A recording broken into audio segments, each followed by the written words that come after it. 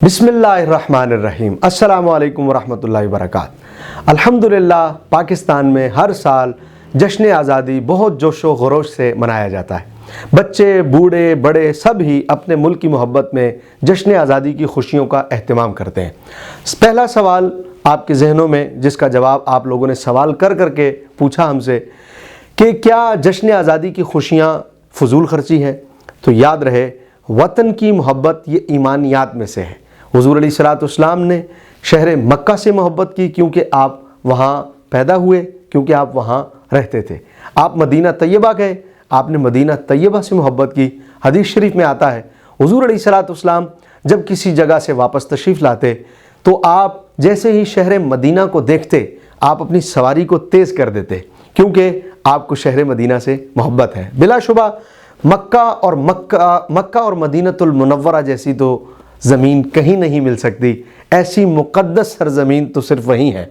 लेकिन जहाँ भी बंदा रहता है, इस हदीस से ये मिलता है, इस रिवायत से ये मिलता है कि जिस जगह बंदा रहता है वतन से बंदे को मोहब्बत होती है। तो वतन की मोहब्बत ये मिन वजहन ईमानियात में से है। इसलिए 14 अगस्त की खुशियाँ धूमधाम से मनानी चाहिए। कोई सवाल करे कि क्या ये फजूल खर्ची है, तो कतन ये फजूल खर्ची नहीं है, बल्कि मिन वजन ये ईमानियात में से। लेकिन इस बात का ख्याल किया जाए कि जब 14 अगस्त की खुशियाँ मनाई जा रही हों तो किसी को तकलीफ़ ना पहुँचाई जाए।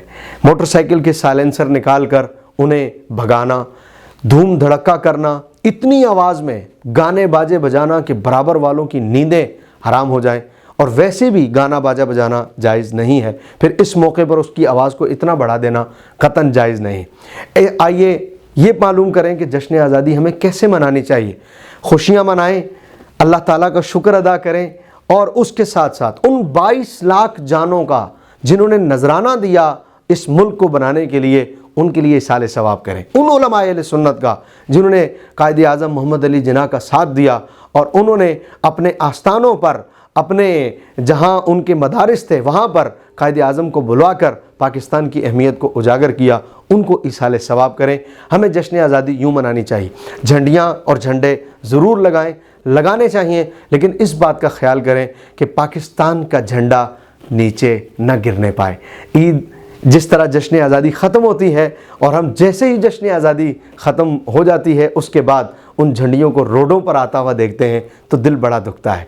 ख्याल करें कि जब आप लगाएं तो उसका पैराया ऐसा हो कि जब जश्न आज़ादी ख़त्म हो जाए तो फिर उन्हें उतार कर रख लिया जाए। अगर ना भी रखा जाए तो वो रोड पर पाकिस्तान का झंडा हमें कहीं गिरता हुआ नज़र ना आए। इस झंडे को बुलंद रखिए, क्योंकि इस झंडे का रंग गुम्बद खज़रा से मिलता है। अल्लाह ताला इस झंडे को और इस मुल्क को हमेशा सलामत रखे। पाकिस्तान जिंदाबाद, पाक फ़ौज पाइंदाबाद।